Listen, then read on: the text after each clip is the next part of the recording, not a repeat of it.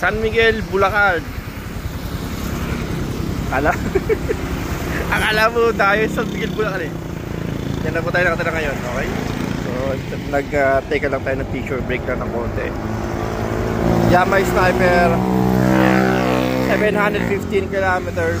Naka-average siya ng 40 kilometers per liter, pero napaka-smooth ng low and mid. Yung high, okay na rin, pero solid.